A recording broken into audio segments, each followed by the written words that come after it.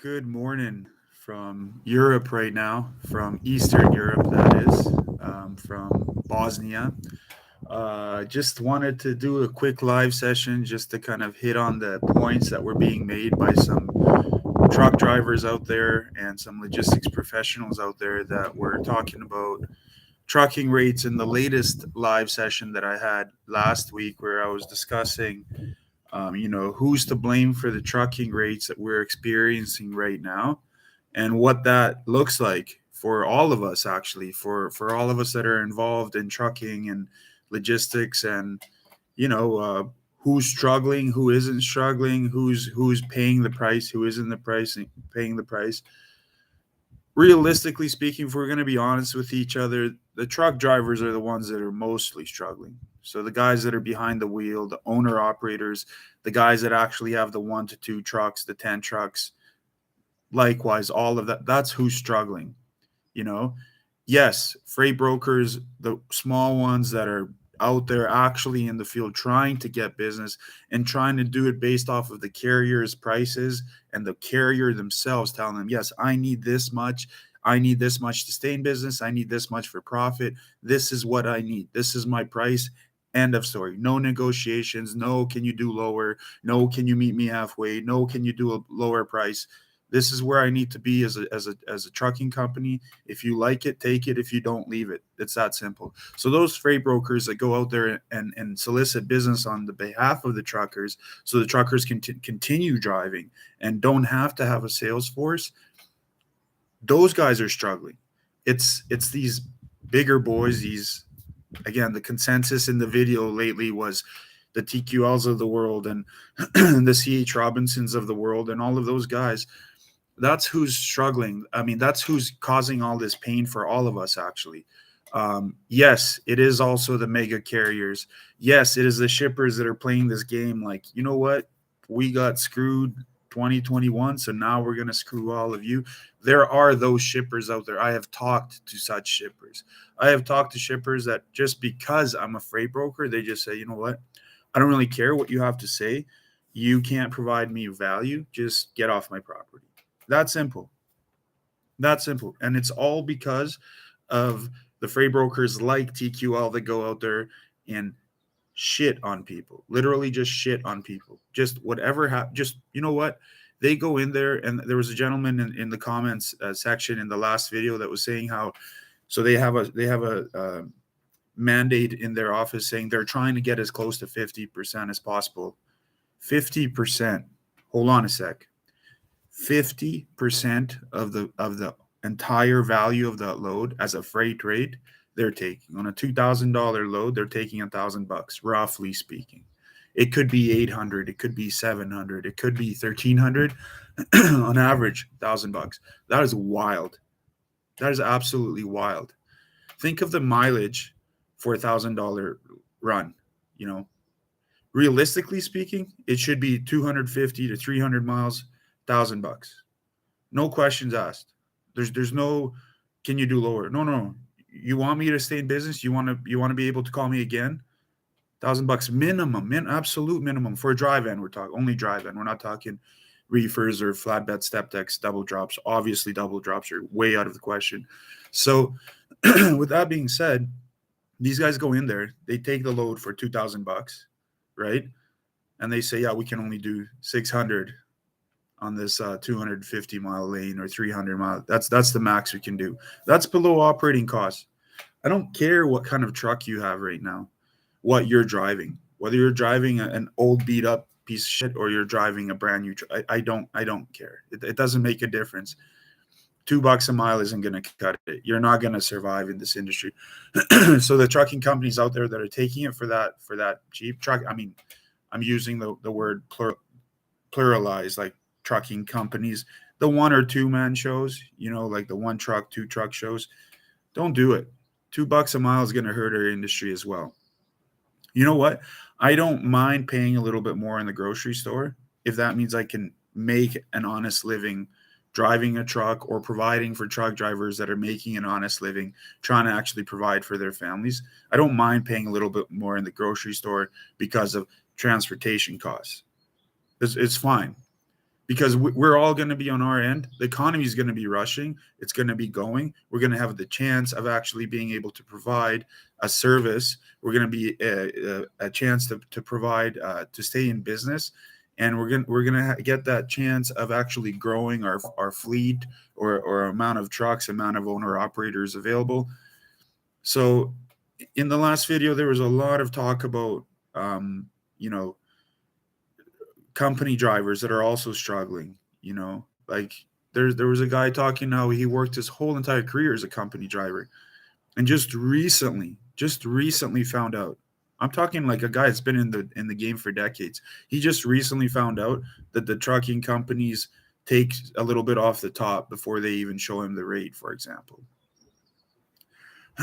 Even in the cent per mile world, he's still getting some cents per mile taken away from him based off of technicalities that the trucking companies come up with. It's brutal how truck drivers are treated on that end, and don't get me started how they're treated at shippers.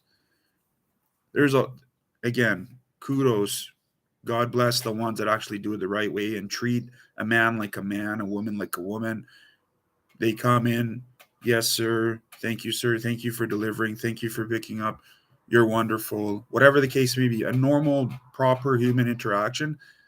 There are some they won't give a driver a pen.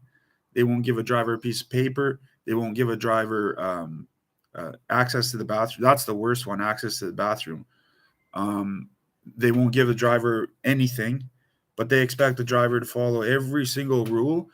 Otherwise, they may not even get a chance to move that load again, for example. And it's brutal. Like this is the type of stuff. It it blows my mind. It hurts me to the core that this is something that we are having to deal with, and it seems to be never ending in our industry. What is it? What can we do? How far can we take this to make this better, to make this a more legitimate thing, to make this problem go away? Um, Rates aren't the only problem, but they're the biggest problem right now. It seems to be the biggest problem right now.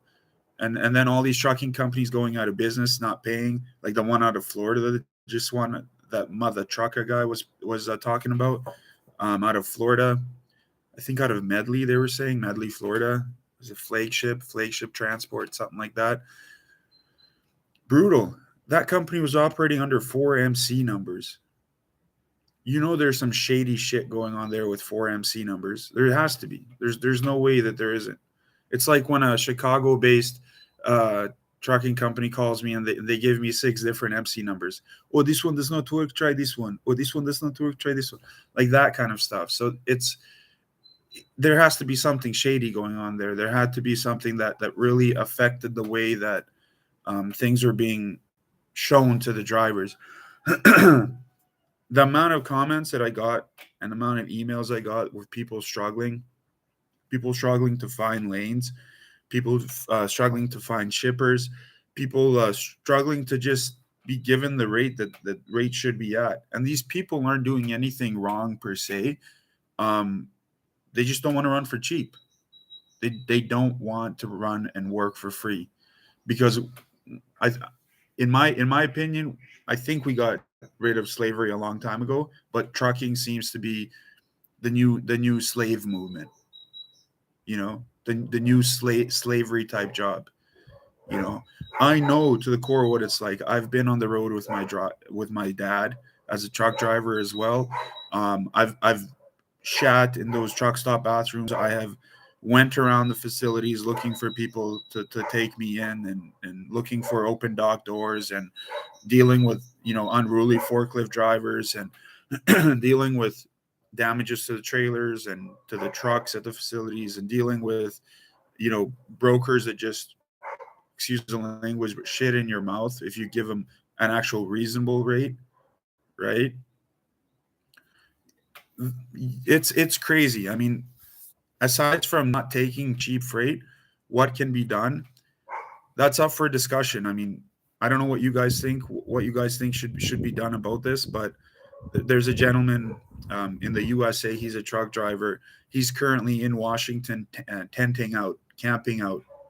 in the plaza there in the capital city, and he's there with a few other uh, truck drivers, and they're literally starving. They're literally limiting the food that they eat.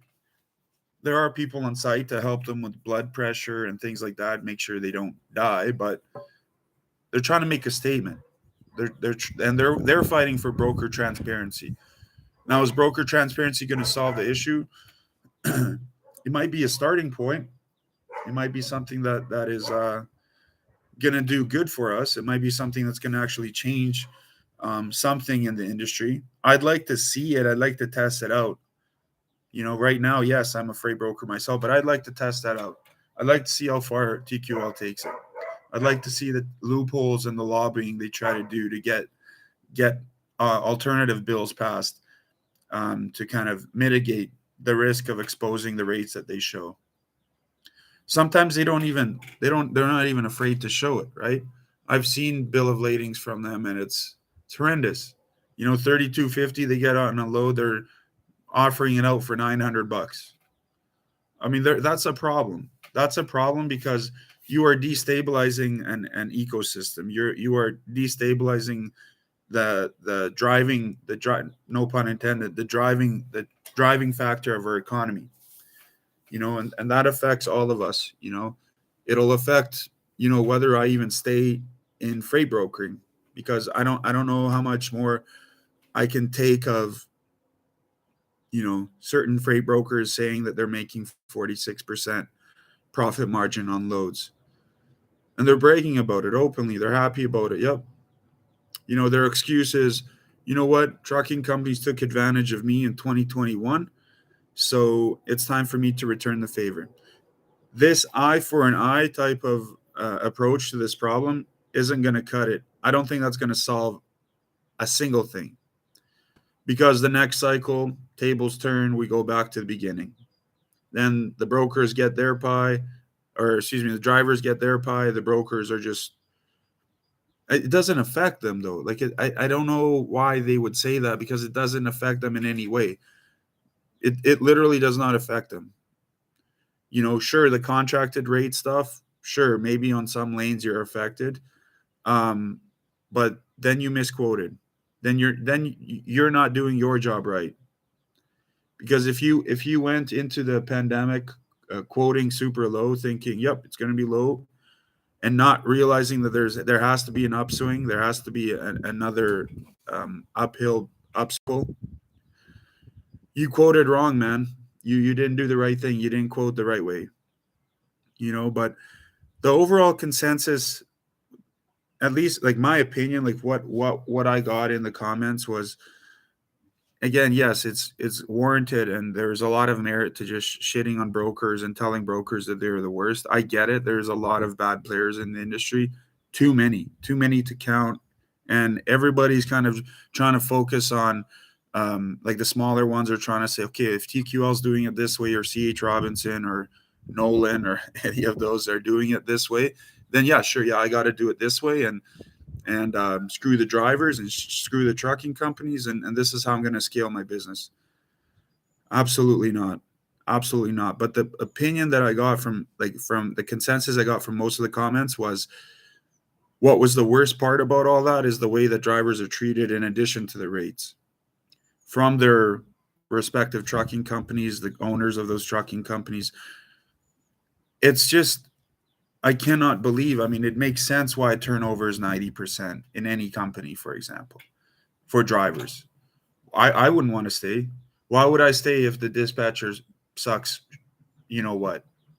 If the owner is taking, $600-700 from the top, the broker's already given the cheap rate, so $600-700 off the top, and then the dispatcher comes to you, lies on behalf of the owner, and says, "Yeah, this is all we got. This is all we can get for you. Here's a proof, right? An edited proof to a rate." That's terrible. Like that. I'm not for government control. I'm not for that kind of regulation, because we shouldn't want government in our businesses. We shouldn't want them to be in our pockets. They're already in our pockets deep enough. in every aspect of the word. They're already in our pockets, always clawing away, always coming up with new regulations, new permits, new certifications. Don't get me started on California, because I can go another 1 hour 56 minutes just on that, and how they treat truckers. But it's getting to the point where it's getting unbearable for me, even as a freight broker. And I've taken a pause. No point. Like, what's the point? What's the point of competing with these big guys when they come in? Can I sell on price? I can sell on price if you're giving me a price that's operating costs and above operating costs, where I can find a truck and look a man in the eye and say, yeah, you know what, this rate's going for a rate of this, for example, and it's not $1 a mile, and it's not $2 a mile, right? It's going for 250 plus fuel minimum, for example, like worst case scenario, minimum, bare minimum. You know, I like that I can make a trucking company succeed. I like that I can make a driver succeed. But if that means, if I'm going to go and work in this industry and just succeed and succeed and succeed and make great money and all of this, meanwhile, then my next door neighbor is just going out of business. This one's going out of business. That one's going out of business. The guy behind me is going out of business. The fuck's the point of all of that then? Where is that going to take us? It's getting unbearable, man. I don't know. I mean, the guy that's in Washington, I commend him. He's going on a hunger strike right now. I commend him. I'm not in Washington right now. I'm overseas. I'm in Europe right now.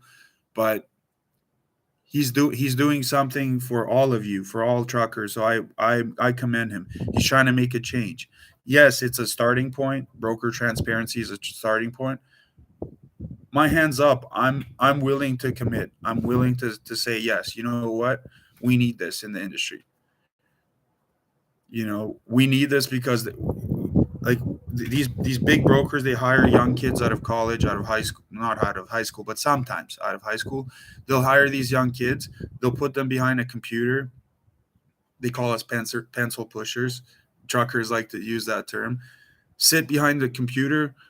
They give them a little guideline. They don't give them training, so they don't do like dispatch training. They don't like full out dispatch training, in terms of how a dispatcher should communicate with a driver and what kind of respect the dispatcher needs to give to a driver. They don't talk about operating costs of a truck, the maintenance, repairs, administrative taxes, fuel, just fuel alone. They don't talk about tolls. I've told a TQL rep before, as a trucker. I've told, you know what, man, like, I have $300 worth of tolls to go to that city and back. Just to go to that city and back, and you want me to run this for $1.75. Whoever gave you that guideline, whoever gave you that direction, that this is the right way to go, it's not. You need to go home and do your own research, and then you need to quit that fucking company. You need to quit TQL and need to go really take a good, long, hard look in the mirror and say, is this really something I want to be associated with? Is TQL, is CH Robinson really where I want to be? I remember my first go at it with CH Robinson. My first load ever. Excuse me, attempt to quota load, not my first load that I ran, but the first one. Holy shit. That I told the guy, and I didn't even know rates. I had no clue. I literally was brand new in trucking and dispatching and all that.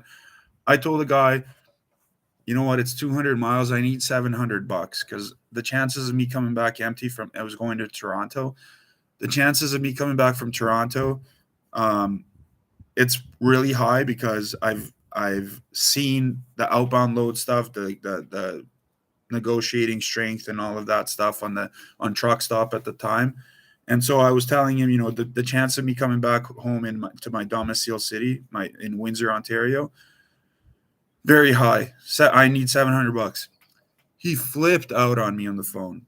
He said everything under the sun to me, that I'm entitled, that I'm a POS, that I'm all kinds of things, because I gave him a rate of 700. Instead of him coming to me and saying, And again, this was spot loads. This wasn't contract freight. Instead of him coming to me, and Sage says here, well, I'll get to you in a second here, Sage Outcast. He says to me, instead of coming to me and says, okay, sir, what do you need? And I tell him, okay, 700. Okay, sir, I'm going to go to the shipper. We're going to figure this out. We're going to see if we can get you 700. Instead of doing that way, these young kids, I don't know who teaches them the manners or lack thereof. It's take it or leave it sooner. And then there's some sucker out there that will take it for $1.45 a mile, like Sage Outcast says. I know drivers, he says, he or she, I'm not sure, says, I know drivers can haul $1.45. Then you were the wrong carrier. He says then you were the wrong carrier. I'm not sure what you mean by the wrong carrier, but yeah, maybe you're saying they're with the wrong carrier. Yeah, so $1.45. I'm sorry, to live in this expensive world, it's not going to cut it. So here's an example. So I'm from Bosnia originally, from Europe, and so this is supposed to be technically by American standards and Canadian standards and the Western standards. This should actually be an eighth world country. Like technically speaking, it should be eighth world because, again, we're unknown, we're underdeveloped, we went through a war. Everything pillaged, raped, everything that you can think of, it's happened to this country. It's corruption, all of that stuff. But I kid you not, I went to the grocery store yesterday. I bought just some bread, some salami, some things for the kids, some drinks, Coca-Cola, like a mineral water, nothing crazy. It did not even fill my cart. $385. $385 in a eighth world country. So imagine the inflation happening right now in the USA and Canada, where things are more expensive and standard of life is a lot more. My goodness. How are you supposed to survive on $1.45? So that's just living expenses, not talking about operating costs and the variable expenses and fixed expenses like truck payments, insurance payments, monthly, that kind of stuff. But the variable costs, like maintenance, repair bills, and things of that nature. In addition to that, you have living costs. Unless you're going to live under a fucking bridge your whole life and not go out and see the sun, or just live, even if you're living in your truck. I mean, the math just doesn't add up. Sage says, if you base the load on, can I go right back home and you were the wrong carrier? Because this game is not a one income source. You're right. That's not, you're not wrong. What I'm saying is going from point A to point B, especially like, for example, Windsor to Toronto, you can pick any city, Chicago to Detroit, for example. Like you're going to go in, you're going to have costs too. And when you go back home, there's also costs associated with it. Unless you're going for an emergency reason back to Chicago, I don't see why you should go, like, let's say $500, $600, $700, for example. I'm not saying that should be the rate from Chicago to Detroit. And then you just take $200 back towards to Chicago for a backhaul.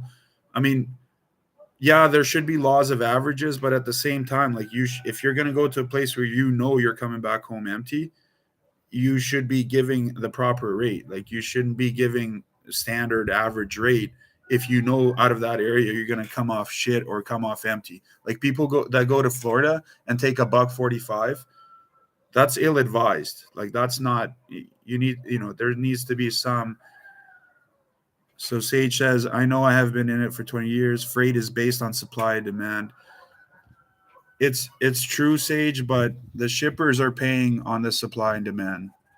You know what I mean? Like the shippers are still paying based off of supply and demand, but they're paying, like there hasn't been a huge shift from what the, yeah, I know it's not fairness. I know you're right.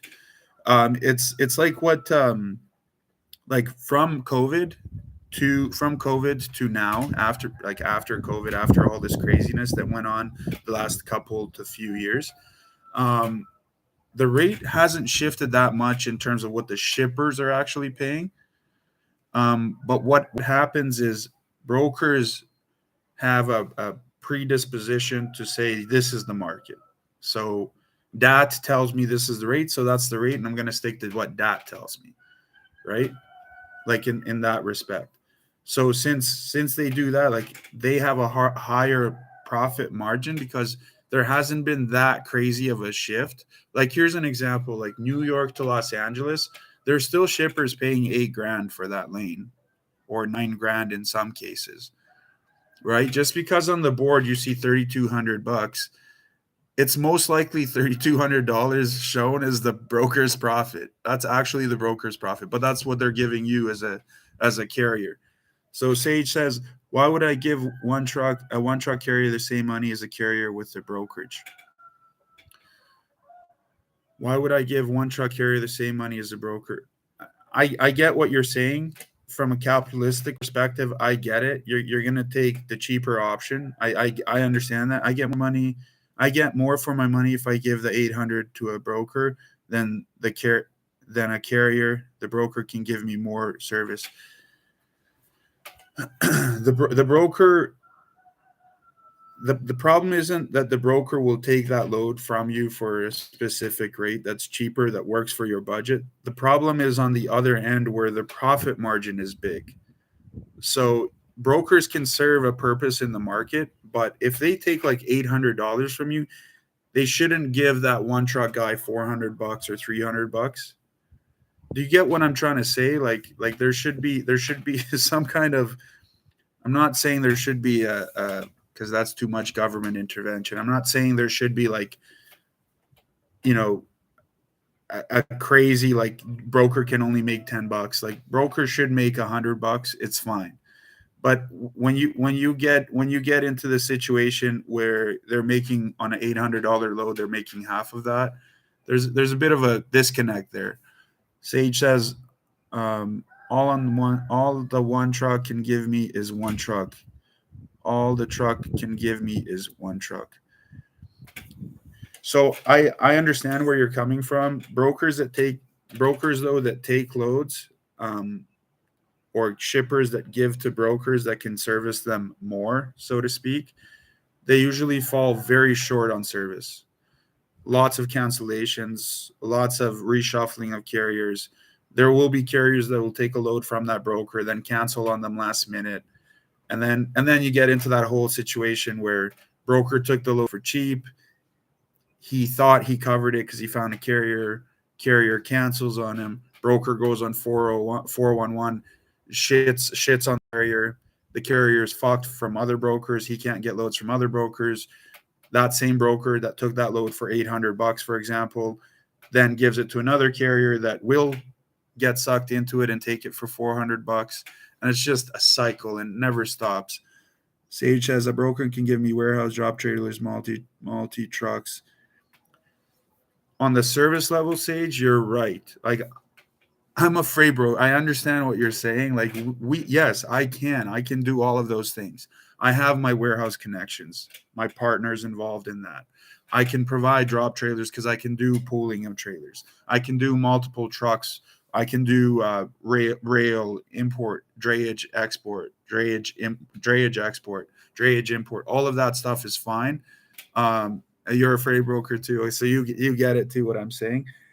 Um, but what I'm saying is, Sage, we cannot survive without trucking companies because as we 20 years, that's a lot more than me. You have a lot more experience than I do. You've seen more cycles. I've only seen about 5 cycles.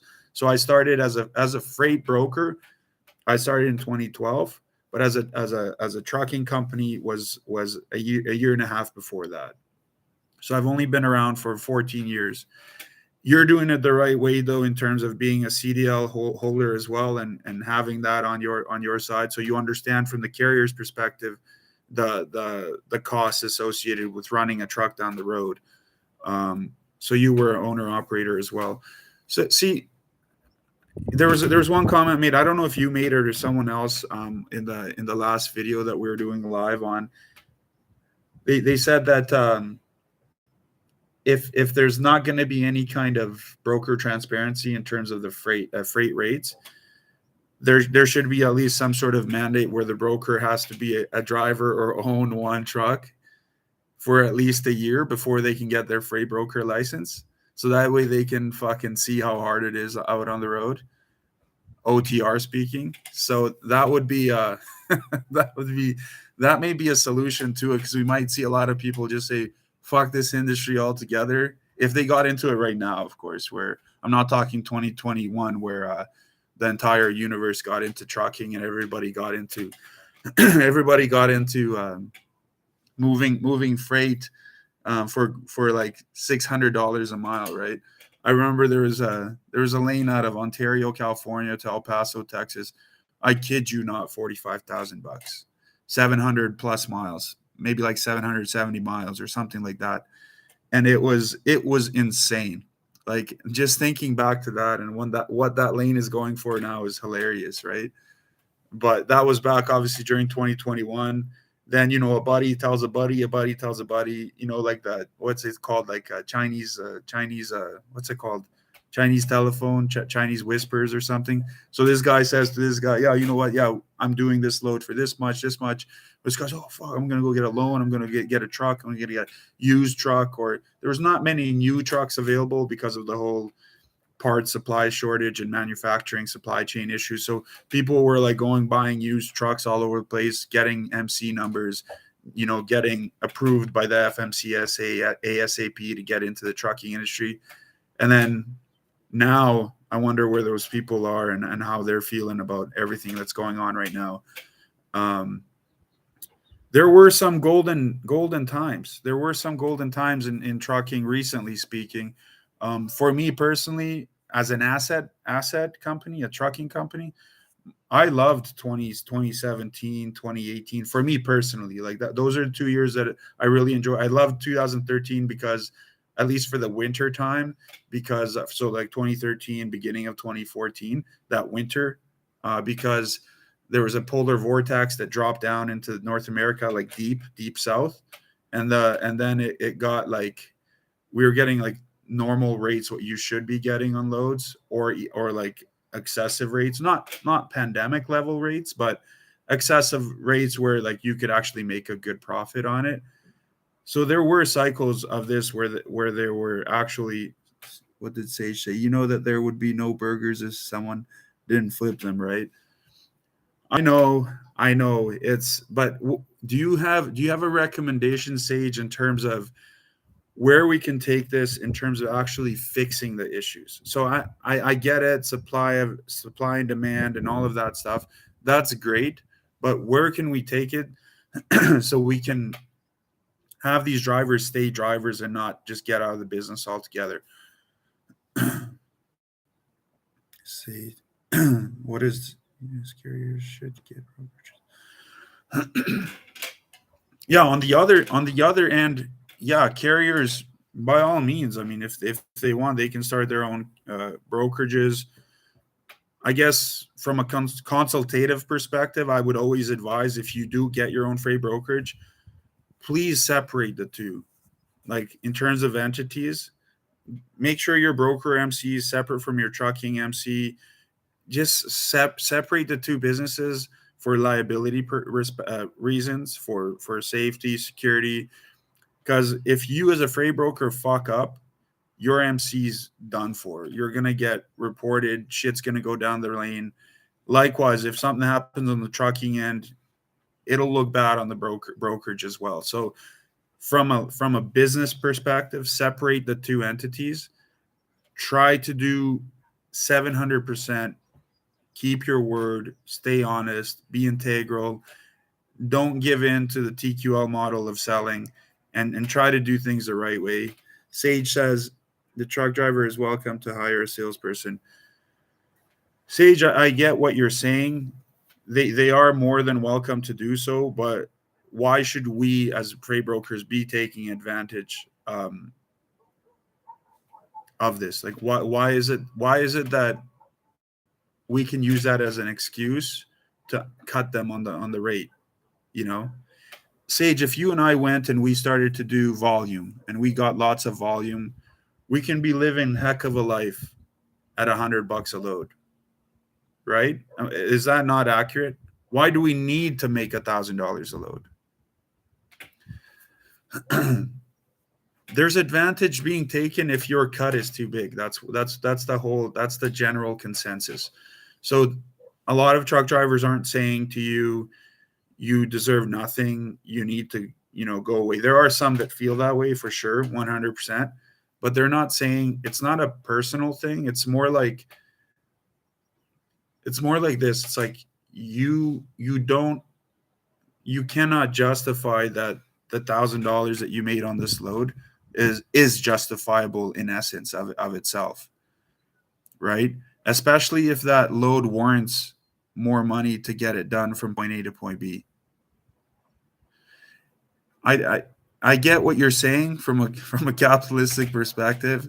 It's not about telling how much you're worth. It's not about that. How can you justify that? Can you Okay, here, let me ask you this. I don't know about that. Like, what do you mean? Like more than truck drivers? Is that what you're saying? You're worth more than truck drivers? Is that what you're asking? I'm not sure what you mean by I'm worth more than you.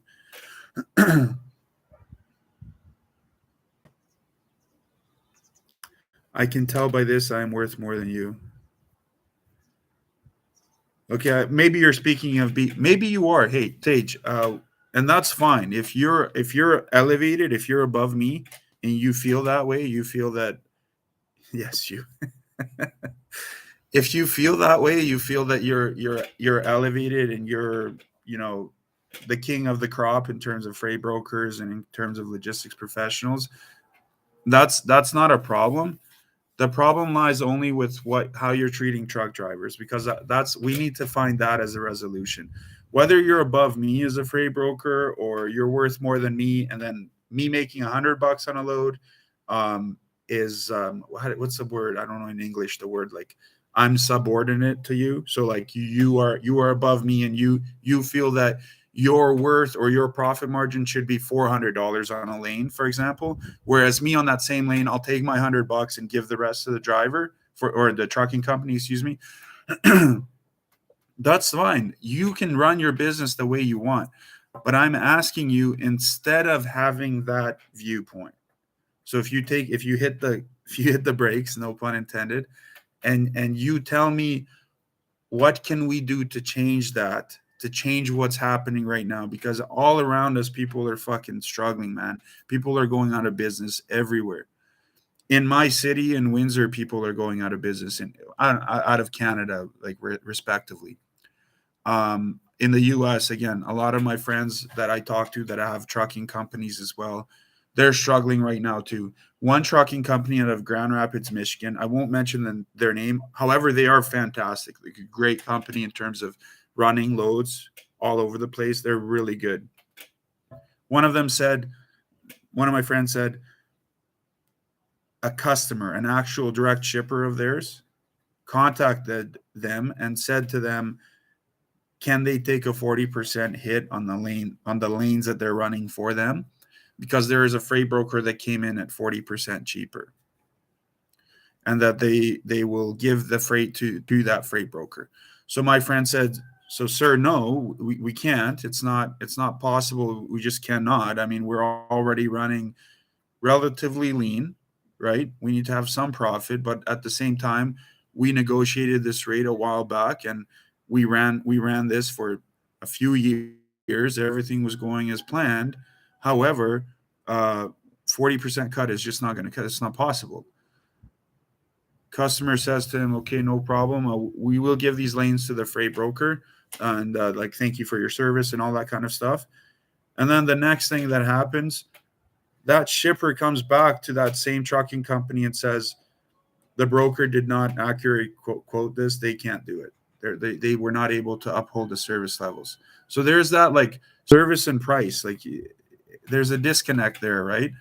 Bogdan Skura, I'm not sure how you say that. He says, the problem in trucking is that all the jobs pay per mile, in trucking, sorry, is that all the jobs pay per mile, not per hour.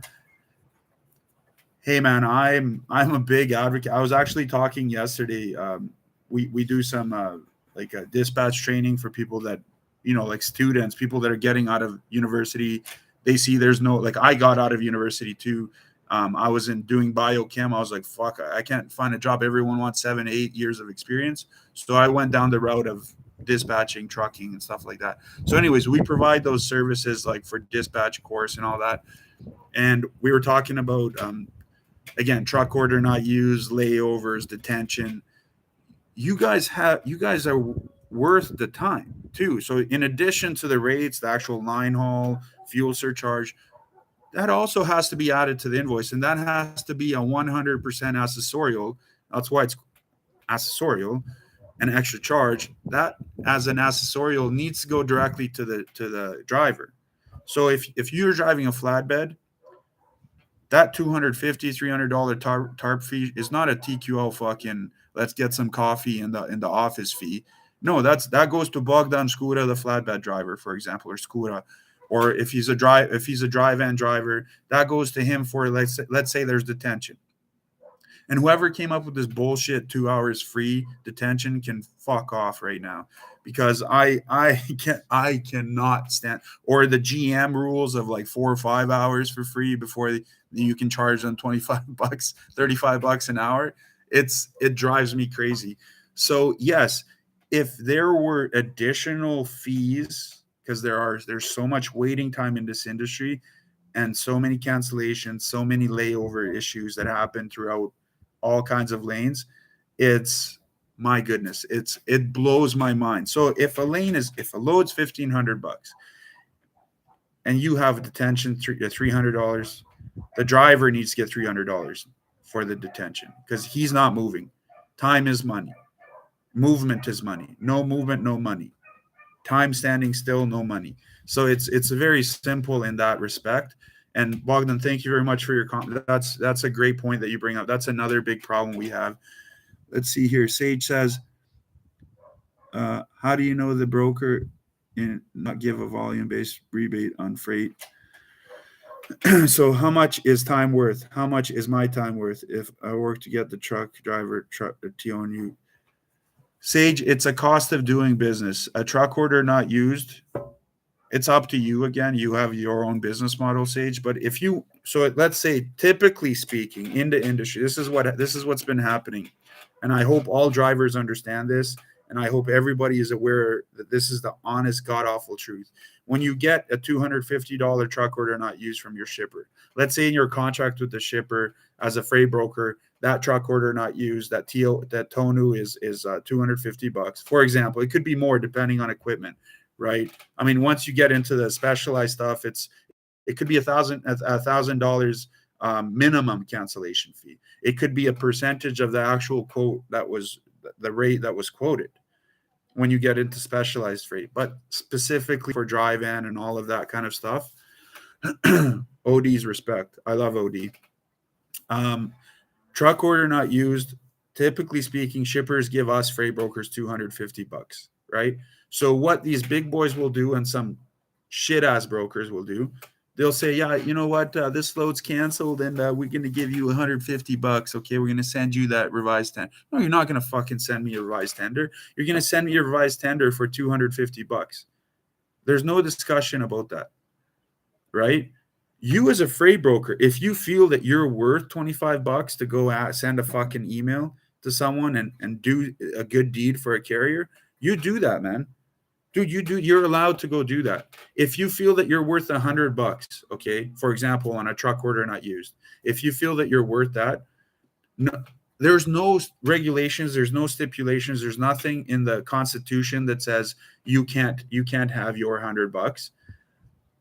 What I'm saying is, from an ethics perspective, a fucking in here perspective, if it's a truck order not used, the 250 should go to the drive-in. And you're asking me if I want 250, can you go? To me, I don't care. Okay, that's fine. You can go bill whatever the fuck you want. What I'm saying is, if you get, typically speaking, you should, whatever you get for a truck order not used, be given to the driver. typically speaking, what it should look like, but it's not like that, Sage. You're 100% correct. I know where you're getting at. You're 100% correct. It doesn't work that way because I know what you said earlier in the comments. Life isn't fair, business isn't fair, all of that kind of stuff. But at the same time, it's not gonna break your bank, bro. Like you're not gonna go out of business if you give a truck order not used for the guy's time. And typically speaking, in freight, obviously you're not sitting at the shipper waiting for that load to be canceled. Like generally speaking, you had to come from somewhere to that shipper, whether it's from across the street, whether it's from across the city, or maybe across the state. Do you think across the state you should be getting 250 as a trucking company? Would you accept that, or would you tell the broker, we actually need $700 because of empty miles, because of tolls, and because of the bullshit that you guys put us through? We actually need to charge this. 250 won't cut it. Do you think that's the actually accurate way to do it, or do you think that it's accurate? Like, nope, in our contract, our carrier rate confirmation, if a cancellation happens, $150, for example. Bogdan says the lane should be priced based on the time it takes to complete the job, not per mile. So yes, but there should be a base price to start off at least, because unless you're going off of averages, but averages don't really seem to work out because what about things that are out of the control of everything completely? Like, so here's an example. Like, let's say you take a load from Georgia, you want to go down to Miami, you pick the load up, and then there's a hurricane that happens, and then the hurricane makes you unable to deliver for a week, for example. Like, do you mean that you should be paid that whole week per hour, 24 hours times 7, to get it down to Miami? Or are you like, what do you mean exactly by that in that scenario? Sage says we don't pay hourly because you're not employed by us. You are an outside vendor. I don't care how you get your price. Just give me a price. I don't give driver price. They give me prices. If so, me too. Actually, Sage, I never give drivers price. I ask the driver, what do you guys need, or the trucking company, because that's the only way I feel I can be fair. However, I do make a conscious effort every single time. If someone gives me a cheap, if a load's 500 miles, and someone says, yeah, I can do this for 650 for you, I'm not fucking taking that. That seems risky as hell. Give me a rate that actually makes sense, that I feel almost like I can trust you and that you're verified, because based off of that price, most likely you won't cancel on me. Most likely you do have safe equipment. Most likely your operating costs. Like, you know what I mean? Sage says, if you can't price your truck, I don't use you. And if and your price is high, then someone else you may lose. So if your price is too high, someone else may take it and you may lose. So only carriers who charge a lot are good. No, that's not what I'm saying. Only carriers that charge a lot are good. What I'm saying is super cheap is a big red flag. It's a really big red flag in this industry. Very rarely have I gotten a super cheap rate that would work out, that would actually work out. I'm I'm gonna have to disagree with you on that, Sage. You're saying all spot market carriers are risky. Okay, yeah, okay. You're saying until you use them, yeah, because you haven't established a relationship. See, load boards from like the spot market, your DATs and your truck stops and whatever in Doft or whatever anyone uses. Why don't you guys take your relationships offline? Like, why don't you take that relationship offline and be able to actually build a relationship so there's trust established, right? Instead of just every single time you have a load, post and pray that you get it covered by some, again, carrier you don't know. There's that one I think it's called Carrier Assure. So they're on Carrier Assure, you can get like a rating for the carrier, not Carrier 411, but Carrier Assure. There's like a letter rating. So like I've used carriers that have a C rating on there, and they've been absolutely unfucking believable good, really good. Then I've used A carriers that completely dropped the ball, like completely dropped the ball.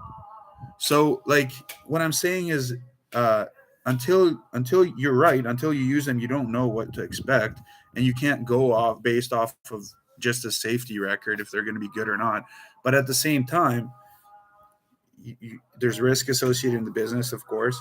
But once that driver or that truck runs for you once, establish a relationship, you're gonna know after the first shipment how they talk to you, how if there's an issue, how do they resolve an issue, right? How do they are they willing to participate in an actual compromise to get this stuff, completed, like for like issue resolved.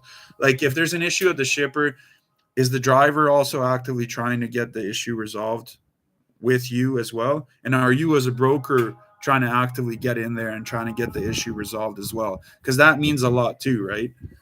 Um, so yeah, so it's man, it's back to like the pricing issue, like the market, the current market we're in. Would you guys happen to have some idea on how to get it resolved instead of using the everyday same excuses that we see everywhere on freight waves and all kinds of news media for trucking and logistics, where hey, it's supply and demand, there's going to be an upcycle, don't worry about it, just let it all run its course. Is there something we can do starting today, for example? So I know it's Friday, but when I'm saying like theoretically speaking, today, can something be starting to happen today to make this change, right? Like look at the pandemic when it happened and when there was a shortage of trucks available or drivers available, for example. Everything changed quite quickly and everybody was willing to pay. Brokers were willing to pay, shippers were willing to pay, freight forwarders were willing to pay, importers and exporters are ready to go, they're ready to open up their wallets. So I'm not saying you have to be greedy and do $75,000 load from Utah to Detroit, Salt Lake City to Detroit. I'm not saying that. What I am saying is, uh, there has to be some sort of way forward where we can actually have a simple method of keeping truckers, keeping trucks available, keeping people. Yeah. So here it says stop booking loads cheap. Sage again, of course. Sage, what is cheap? So you should always keep in mind what your operating costs are. For your every truck is different, every company is going to be different. But if you're below that, below the operating costs, don't take the load. And if everybody sticks to that, we're not going to have cheap. It's not going to be possible to stay in business with cheap.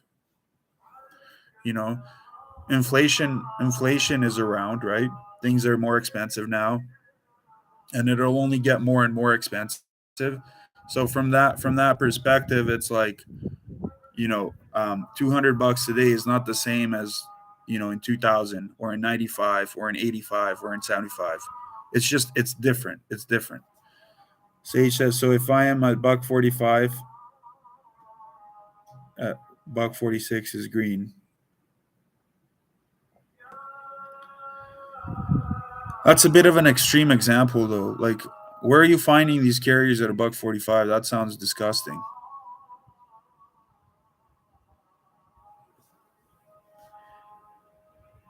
Yes, technically speaking, mathematically speaking, yes, that would be a profit. That would look like a profit, but who the fuck would want to be making that kind of profit, right? There's there's your operating cost, so it's a cost plus model. You have your operating cost plus whatever profit margin you're going to add on that. That's up to the business owner and the business plan that business owner came up with for a trucking company. But if he's doing buck 45 and his profit's going to be a cent on that load, wow, that's amazing. If truck is paid off and trailer is paid off, and make 1 cent.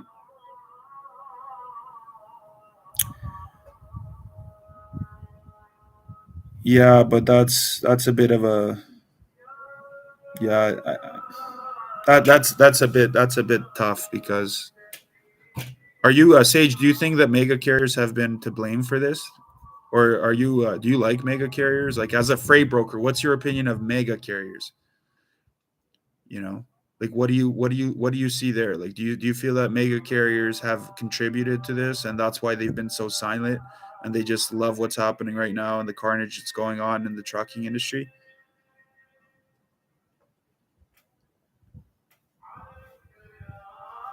Yeah, so they do have other streams of income, but I don't know many mega carriers that are making only a cent.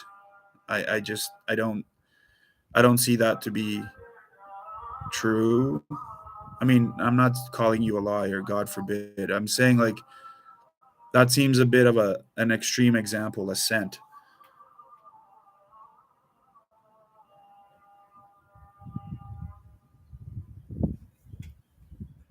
Yeah, you have to give them more money. You have to give the solo carrier more money because they only got one truck. So, Sage, again, I'm asking again, what's your solution then? What is your solution? Do you think that the ones that you're giving more money should just go bankrupt, and then you should just stick to the buck 45 a mile carriers? Like, is that a solution for our industry? Like, is that going to fix what's happening right now? Is that going to fix what's happening in our industry? Because there's obviously a disconnect. There's obviously a problem. I mean, look on YouTube alone. There's like hundreds of millions of views right now on this topic alone on trucking. So there's obviously people are tuning into it because they're concerned. They're generally worried where this is all going to go. So it's like, you know, so Sage says, yeah, so you're right. Yeah, it's your job to be profitable in trucking, whatever side you're on. But what like, so let's say I'm a shipper. Sage says, so let's say I'm a shipper. By the way, I'm not. I get it. Capitalism can work. I mean, I'm not saying go out there and make $1 as a freight broker. You can make your $100, but fuck, on a $3,000 load, on a $3,000 load, you can actually pay the carrier what it's supposed to be paid. Like truckers always bring up you don't have overhead expenses like as freight brokers. I have living expenses. I have to pay a mortgage. I have to feed my kids, my wife. I have to have all those things come into play properly. But at the same time, um, I can have on the business side of things, if I'm going crazy on volume and I have 400 customers and every customer gives me $100 for every load I run for it, I can live a comfortable life, man. Sage says, so let's say I'm a shipper. Is it my job to make sure you stay open as a carrier? This is the old school thought, though. My broker insurance is $28,000 a year. Okay,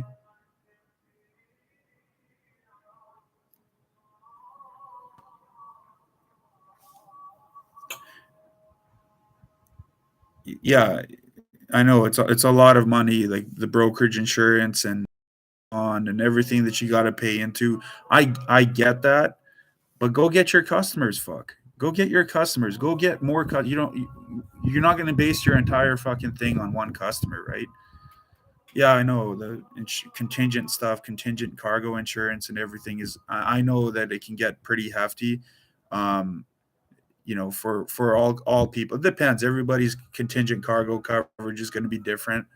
Um, I'm currently paying like just over $400 a month. So, but again, like I'm $400 a month is worth it for the contingent part of the coverage, just in case it's ever needed.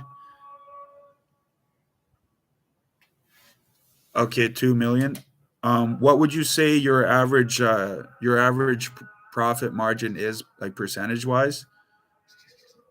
You don't have to give an exact number, but is it like 10% of that 2 million, 5, 15, 30, 40? 18%, I think, is in the industry about average right now, right? Like, I mean, right now, like in the last 10 years, that's been, I think, the going that's been about the going rate. Yeah, yeah, for OD, that's what you said. That's what you focus on.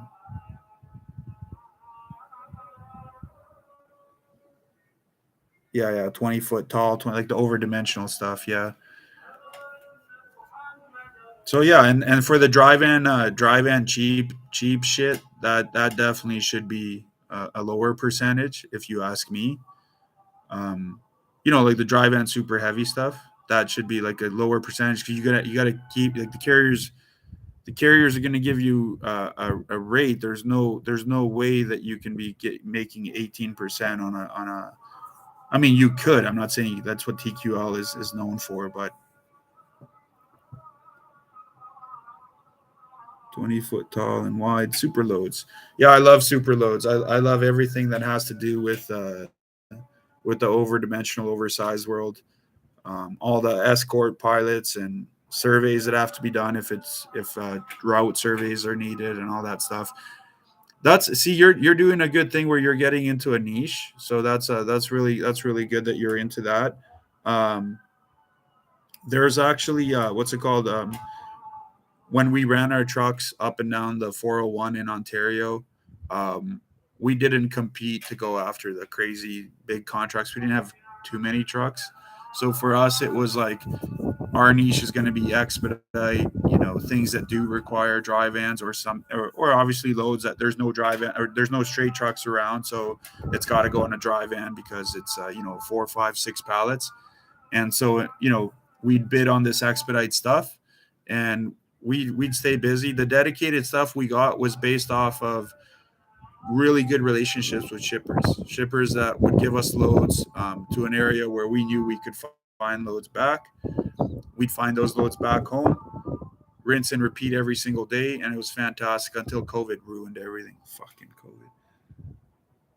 How much profit should a carrier make? That comes to the business plan of the carrier. I mean, I don't think they should be making only 5% profit. I don't think they should be making only 10% profit, you know? I was averaging with my in expedite world with my trucks. So you always got to do like look at the empty miles as well for the deadhead stuff and then the line haul as well. We were doing like $4.10 a mile, and it worked well for us. I mean, it's just because you got to include deadhead in there. We focused on a niche of expedite. You pay for a premium service, and that's it. But for like a average like drive in and stuff, let's see. Do you know what the average is? I don't know what the current average is. I have no clue. I'm just being honest with you. I have no clue what the current average for the profit margin is. The average net profit margin of a trucking company average, yeah, average like between like historically speaking, though, yeah, that would be about the going rate. Yeah, I get that.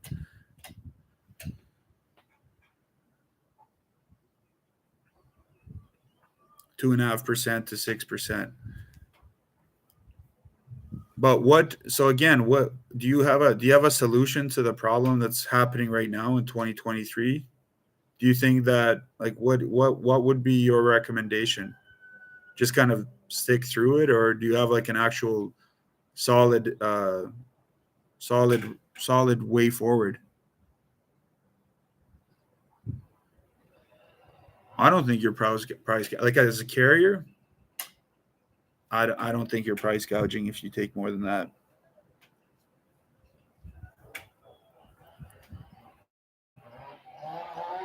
Think about the last 40, 50 years. I mean, there's only been a handful, not even a handful of years where trucking companies actually made a profit.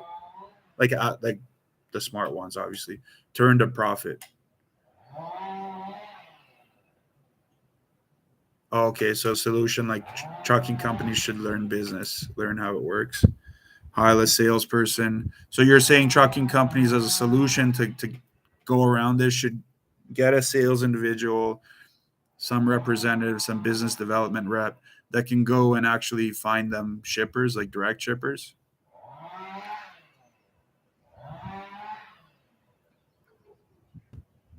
Yeah, yeah.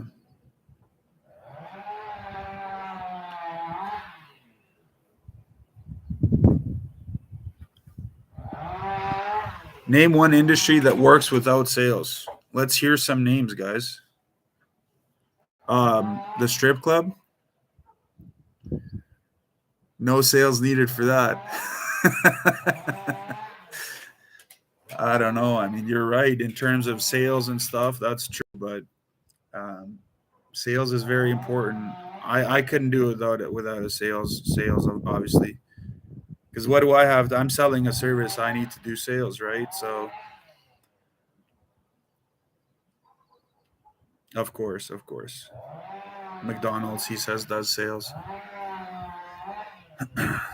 Yeah, man. I mean, it's I want to just hit base on, I feel sorry for the truckers, and I don't want to make this too long. It's already an hour into this, but you know I feel that there's a lot of good, honest, hardworking drivers out there that are struggling right now, and in addition to that as well, there's a lot of problems with trucking companies going out of business, drivers being stranded, have to use their own money to get back home, out of their own pocket to get back home, because fuel cards are shut off or whatever the case may be. So it's scary, man. I guess we'll see where it goes. Maybe in a few weeks we'll see a difference. Who knows? Maybe since a new season has now opened up and there's going to be some capacity taken away. Maybe we see an elevation in the rates now that we're definitely going to see some of that go away. Sage says, "Why do truck drivers don't have salespeople for their business, and they wonder why they fail?"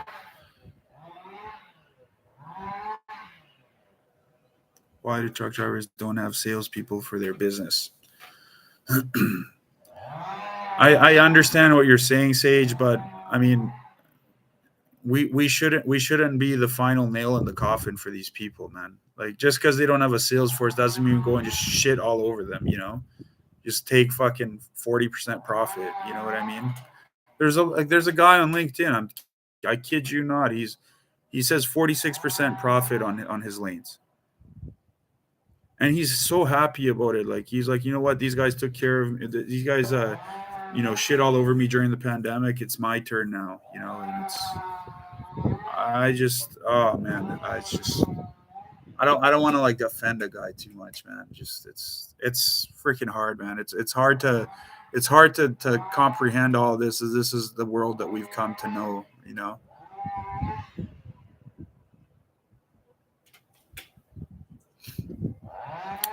So, but yes, anyways, thank you all. Thank you, Sage, for all the commentary and all the questions. And we need platforms where we can discuss things, even if we don't agree with certain things that are being shared, like back and forth.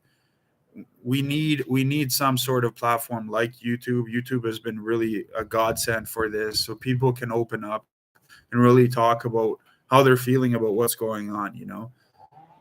So hopefully there's going to be more of this, and we can come to some sort of better better way forward. I don't know if Congress will ever go for broker transparency. I'm not sure what the lobbying stuff looks like on that part, in terms of whether that would ever be able to pass. But if that ever happens, I would personally love to see it, to see um, to see how that all looks in terms of how it'll function and how that could change the industry.